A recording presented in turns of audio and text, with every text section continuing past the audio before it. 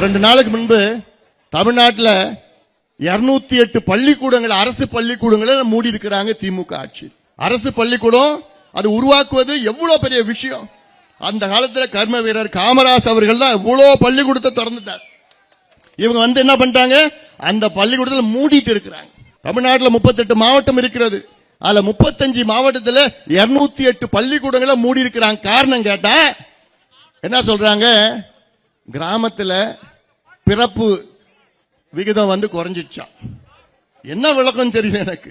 கிராமத்தில் பிறப்பு விகிதம் குறைஞ்சிடுச்சு, கிராமத்திலிருந்து நகரத்துக்கு போயிட்டாங்க, இந்த பள்ளிக்கூடத்தில் படிக்கிறதுக்கு ஆள் இல்லை. ஏயா பள்ளிக்கூடத்தில் முதல்ல வாதியார நியமனம் பண்ணியா? ஏன் சொல்றேன் தெரியுமா? தமிழ்நாட்டில் கிட்டத்தட்ட 1,66,000 வகுப்புகள் இருக்கிறது அரசு பள்ளிக்கூடத்தில். அதுல வெறும் 66,000 ஆசிரியர்கள் தான் இருக்கின்றார்கள். 1,00,000 ஆசிரியர்கள் பற்றாக்குறை பள்ளிக்கூடத்தில். 1,00,000 ஆசிரியர்கள். பிறகு எங்க போய் இந்த பிள்ளைங்க போய் படிப்பாங்க?